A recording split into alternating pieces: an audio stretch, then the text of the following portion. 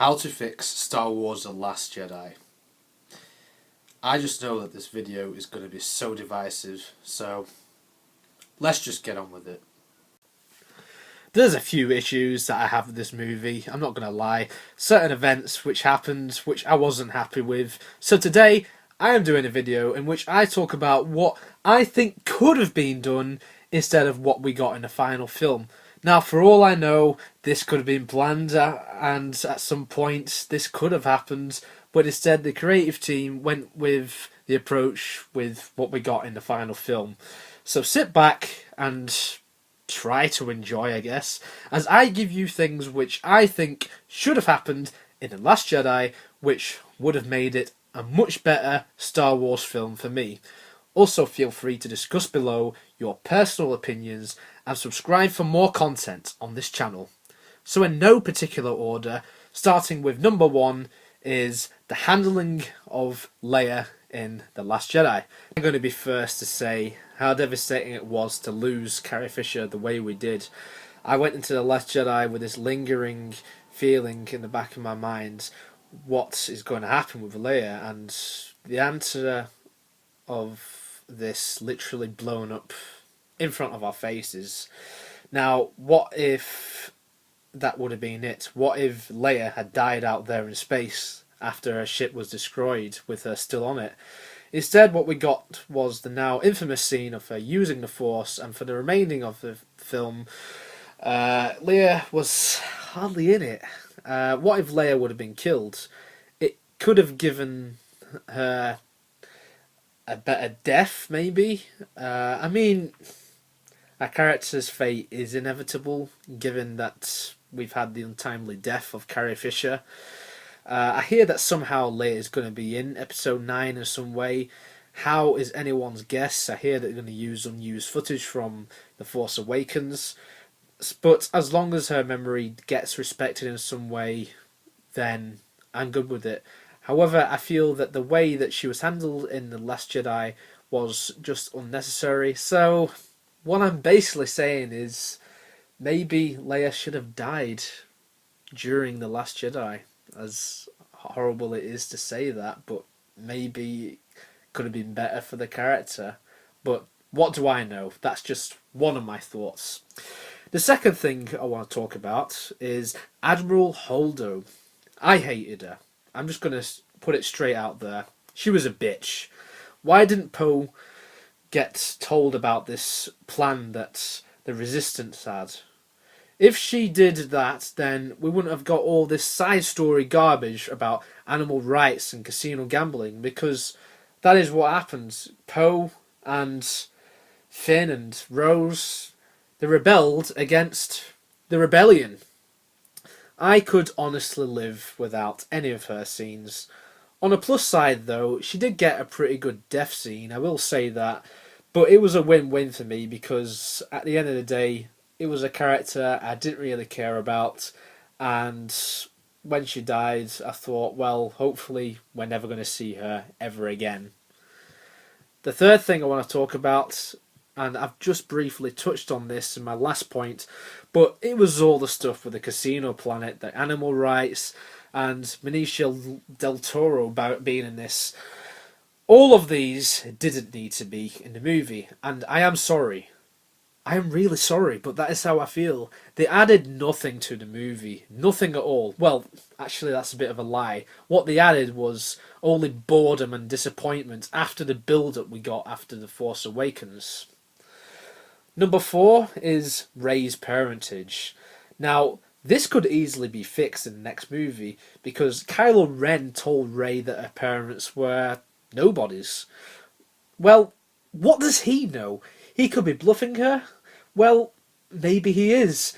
Why would we have got a flashback of her getting left behind on Jakku as a kid in Force Awakens? Because if they were just nobodies, then why was that put in there in the first place?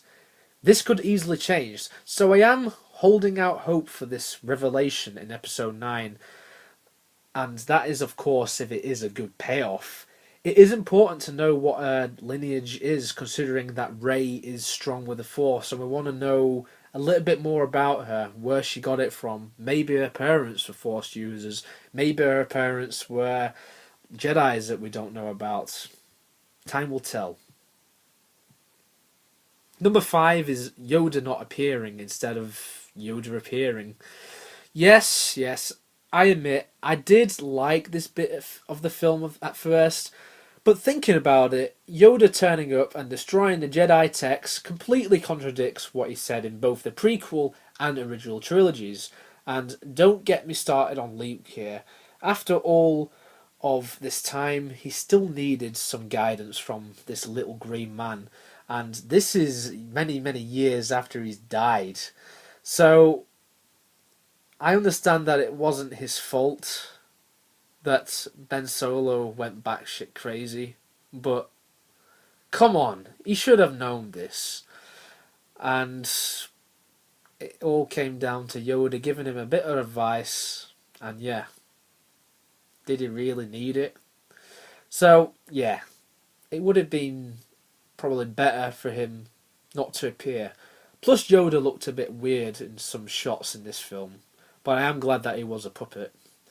Number 6 is Nokes Death. Pretty self-explanatory, really. A lot of people have said this. Given that we didn't even know who he really was, if we just had just one throwaway line just before he got killed, perhaps it would have made things a lot better. And this one line could have suggested his origins, and maybe then I could have forgiven Disney for killing him off in the middle of the trilogy, and Rian Johnson for essentially giving us all the middle finger, who had theories about him. Number 7 was that Luke should have actually gone to Crate. We saw the X-Wing sunken in the ocean near the island that he was at for the majority of the film. Well, just use the Force and then fly it all the way down to Crate, because he was a good X-Wing pilot. We all know this. We've seen the original trilogy. So then he could go down to Crate, have a proper fight with the AT-AT walkers, and then have a proper duel with Kylo Ren for real, instead of all this Force projection shit. And while I won't deny that it was cool to see him do such a powerful thing, using this Force projection all the way across the galaxy, something that has never been seen before in a Star Wars film, it led to his death. Which brings me to number 8. Luke didn't need to die. He could have lived until episode 9 at least. It pissed me off when he died at the end of this film.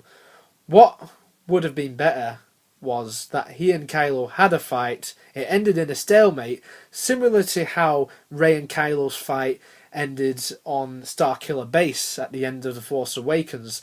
And then Luke would escape with the Resistance, and then they would rebuild the rebellion for the next movie. Number 9 is Finn's self-sacrifice. Now, if Finn had died saving the rebels and stopping the First Order towards the end of this film, then his character arc would have felt complete, and it would have been a really satisfying death. It would have been a really good conclusion to his character, because really he is the biggest rebel of them all. He worked for the First Order, he defected, he joined the Resistance, and instead what happened was Rose came in to fuck it all up and saved him, which put the entire rebellion into jeopardy. It didn't help that then we got one of the most awkward kisses in movie history straight after. Just no. And finally, at number 10, and this is quite simple, less Marvel jokes, because Star Wars is Star Wars, and Marvel is Marvel.